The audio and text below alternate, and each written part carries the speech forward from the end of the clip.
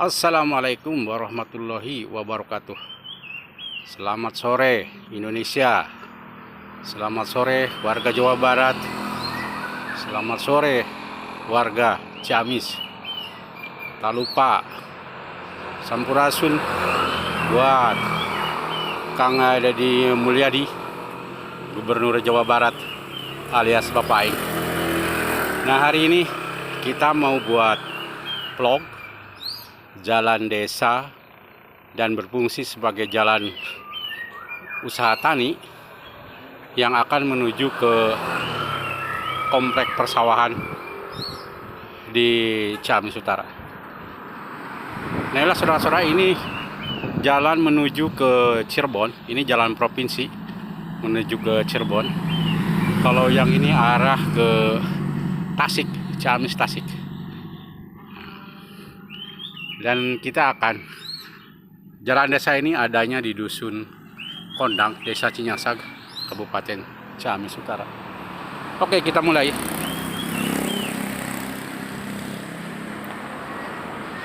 Saudara-saudaraku, bahwa jalan desa ini udah berumur hampir 21 tahun. Punten ya nih. Ya. Ini hampir 21 tahun. Jalan desa ini belum ada perbaikan karena konstruksinya sesuai dengan teknis. Jadi jalan ini dibeton, kemudian sesuai dengan aturan spesifikasi teknis lah. Dalam arti aturan-aturan itu betul-betul diterapkan. Untuk itu saya informasikan dan mudah-mudahan seluruh kepala desa yang ada di Indonesia bisa tahu bagaimana cara membuat konstruksi yang bagus sehingga bisa mencapai umur rencana hampir 25 tahun. Jadi jangan disepelekan, walaupun jalan desa tetap harus memakai standar nasional SNI. Karena apa? Kalau kita membuat jalan desa yang punya umur rencana bagus, yang punya umur rencana lama, sehingga pembangunan itu bisa cepat maju, tidak stagnan hanya di situ-situ saja. Karena jalan desa itu panjang, sangat boleh dikatakan panjang gitu. Jadi membangun tuh ada hasilnya gitu. Jangan sampai asal-asalan di situ dan di situ saja. Nah, saya kasih tahu bahwa pembangunan jalan desa ini pertama, subgrade atau tanah dasarnya harus kuat dan harus keras. Nah, kebetulan di jalan desa ini lapisan subgrade-nya adalah dari batu kali. Nah, setelah itu baru kita pengecoran. Istilahnya itu concrete pavement. Nah, dalam concrete pavement ini kualitas betonnya atau memakai K250 sampai dengan K300. Yang maksudnya dengan K adalah karakteristik beton, di mana kuat tekan beton itu akan hancur, misalnya di kekuatan 250 atau 300 PSI. Jadi kalau 5 masukkan ke kilogram, yaitu sekitar 35 kg per cm persegi. Kalau ini jalan yang ke menuju Bendung Babakan Batu Karut, di mana jalan ini dibuat oleh desa dan tidak sesuai dengan spesifikasi karena tidak dipotong-potong gitu. Jadi yang bagus itu kalau konstruksi beton harus dipotong per 3 meter lah, per 3 meter. istilahnya itu dalam bahasa teknisnya construction joint. Nah, ini adalah dipotong construction joint itu. Nah, nanti yang bagus itu dikasih aspal atau silen. Kenapa harus dipotong? Jadi yang namanya rigid pavement, concrete pavement itu adalah rigid, sangat keras, sangat kaku. Itu membuat sifat bahwa di dalam ilmu konstruksi beton membuat sifat kalau manas dia akan memuai beton itu, dan kalau dingin dia akan mengkerut. Nah, itu makanya harus dipotong, dilatasi, sehingga apabila dalam keadaan panas dia memuai, bisa pergerakan, dan apabila dia keadaan dingin bisa mengkerut. Jadi yang mainnya itu di sini, ya. Mainnya itu di sini. Jadi tidak akan ada crack. Itu. Nah, ini udah sampai, kalau nggak salah ini 2005.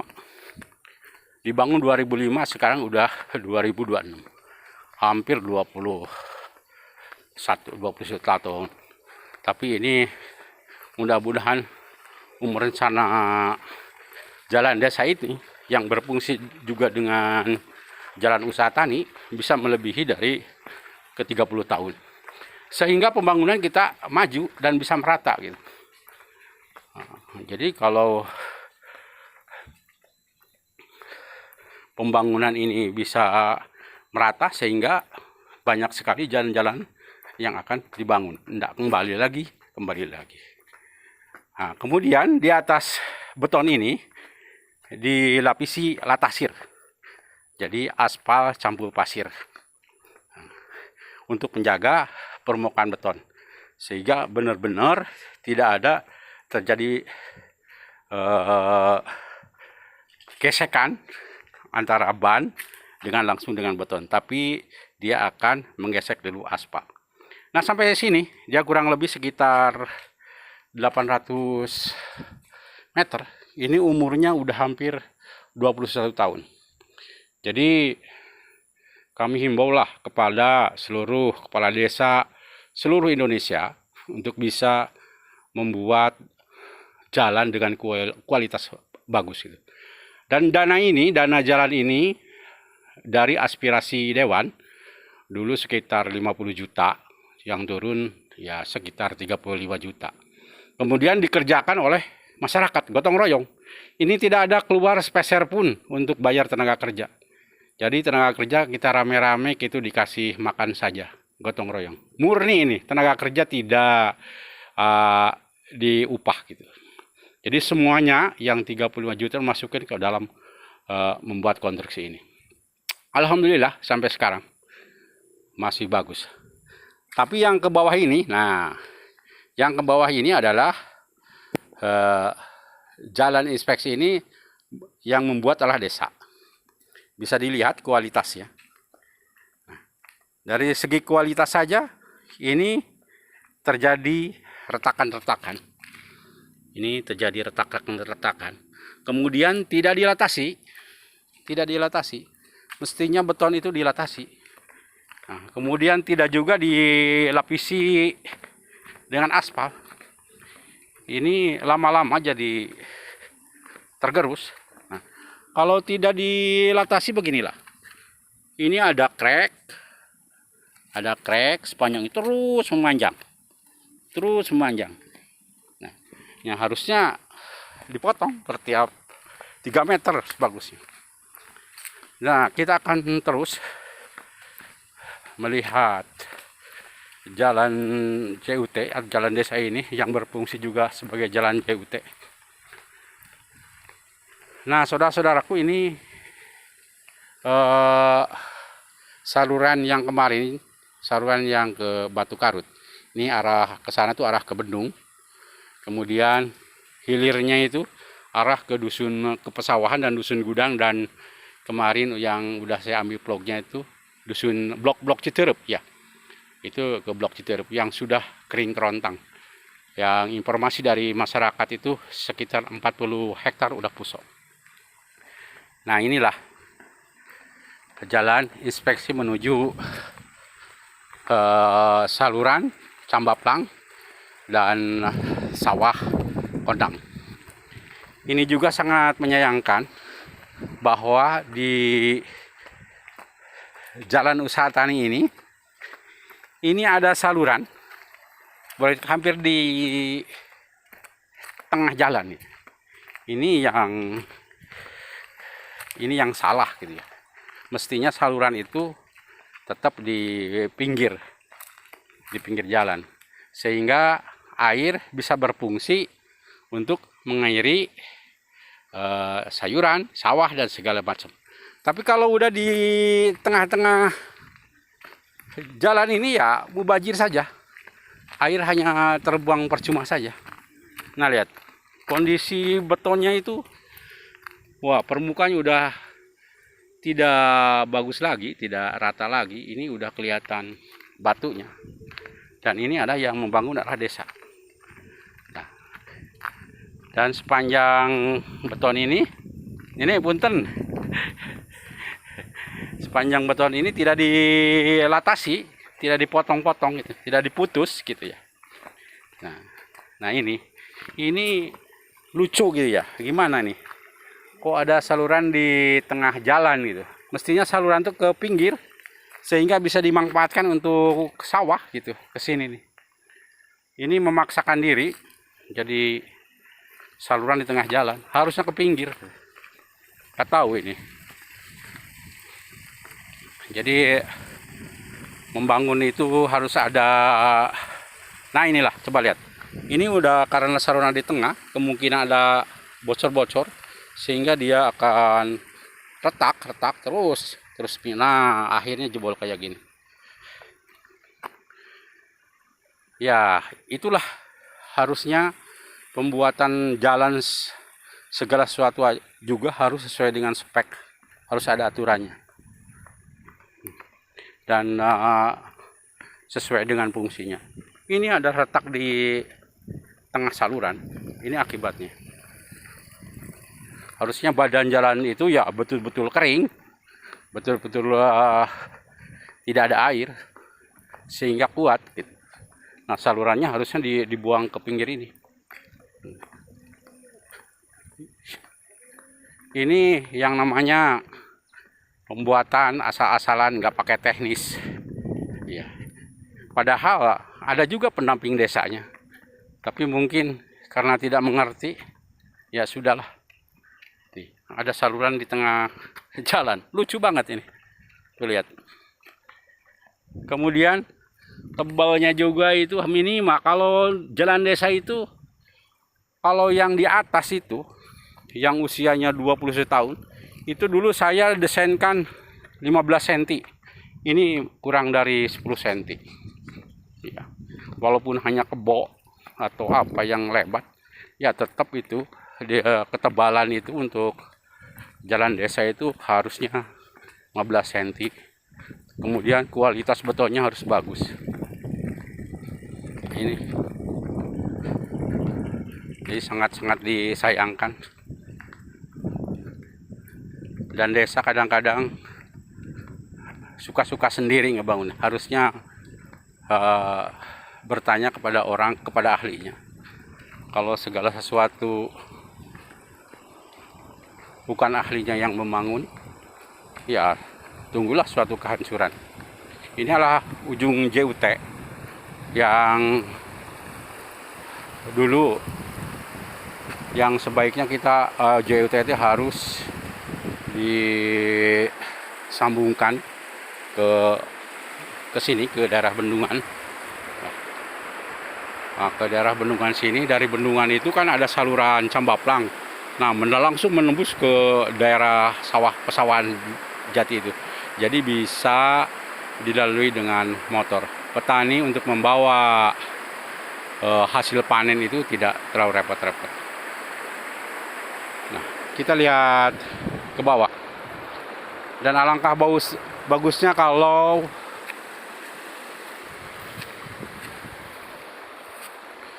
pemerintah ini bisa menyambungkan dengan pesawahan yang ada di kecamatan Desa Panawangan. Kalau ini Desa Cinyasak, yang saya Desa Panawangan. Inilah bahwa bangunan CUT atau pasangan batu yang diterjang banjir. Kondisinya udah ambruk. Oke, kita langsung ke bawah saja.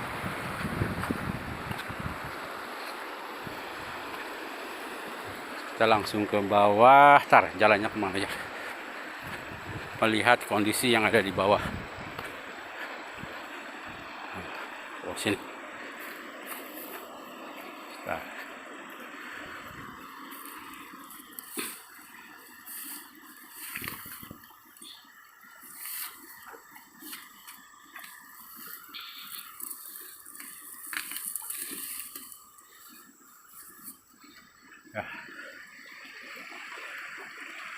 Jadi inilah Sungai Cibubuhan di bawah wilayah BWWS Citanduy. Nah, ini kondisi debit airnya masih cukup besar.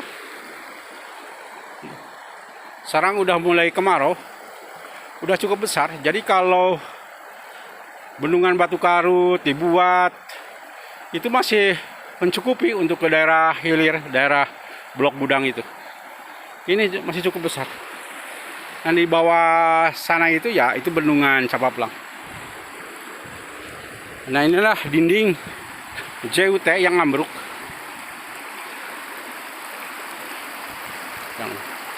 Dinding itu tadinya udah sampai ke sana, tapi dindingnya itu hilang. Nah, saya sarankan ke BWWS Citanduy bahwa untuk slope protection atau dinding-dinding yang sungai ini sudah tidak layak lagi untuk memakai pasangan batu. Karena di Sungai Cibubuhan ini sangat banyak batu. Jadi kalau banjir itu batu tuh boleh dikatakan bisa berterbangan gitu. Nah, kondisi ini juga begini.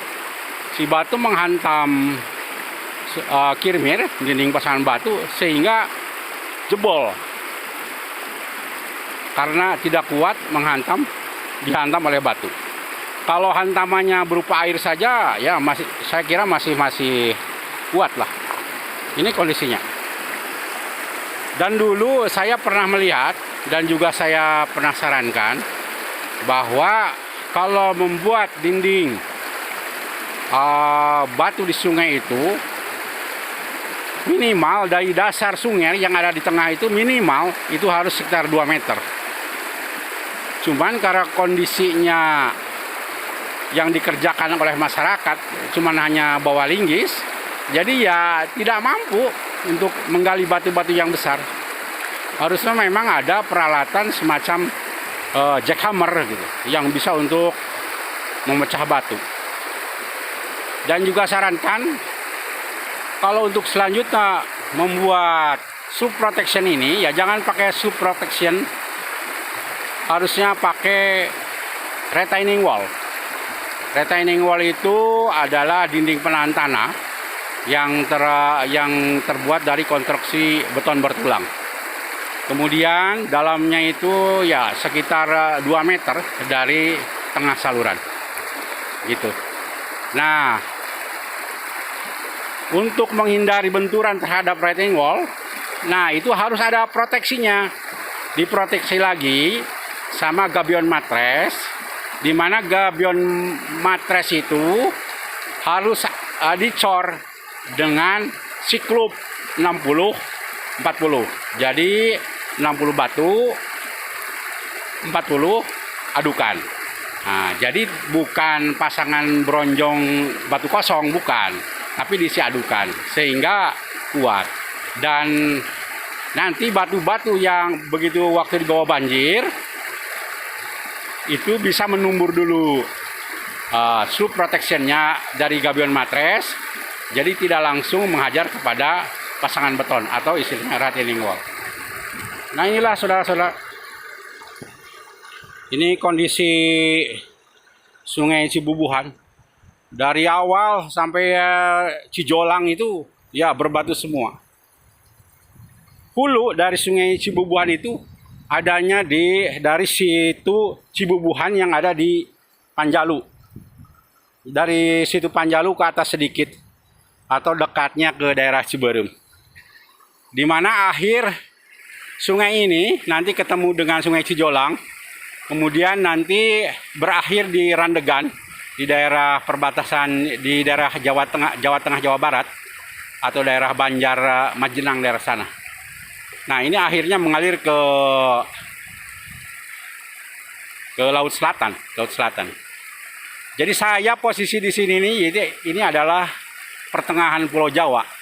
Jadi kalau ke selatan itu ke arah Majenang atau ke Cilacap pantai selatan, kemudian ke arah utaranya itu ke sana. Nah, itu kelihatan ada bayangan sedikit Gunung Ciremai ke Cirebon, Laut Cirebon. Nah, untuk itu kepada yang terhormat Gubernur Jawa Barat King Deddy Mulyadi, mohonlah segera bantuannya untuk membuat irigasi-irigasi yang ada di Ciamis Utara, karena Ciamis Utara adalah lumbung padi. Kalau mengandalkan dari kabupaten, rasanya dananya kurang mencukupi, karena irigasi yang ada di Kabupaten Ciamis Utara, di Ciamis ini, daerah utara, ada sekitar 4 irigasi yang perlu dibangun. Begitu saja vlog hari ini. Insya Allah nanti kita menyeberang ke daerah Desa Panawangan untuk melihat saluran Bangga, yang dimana saluran Bangganya pengambilannya dekat Batu Karut juga, Bendungan Batu Karut, kemudian akan dialirkan ke daerah Cangkir Manis. Daerah Cangkir Manis itu, dusun Cangkir Manis itu termasuk Desa Cinyasak juga. Jadi saudara-saudaraku, Desa Cinyasak itu masih termasuk yang besar, masih membawahi 7 kampung. Kalau desa-desa yang lain paling 3 atau 4 kampung. Terima kasih. Salam dari Desa Cinyasak. Wassalamualaikum warahmatullahi wabarakatuh.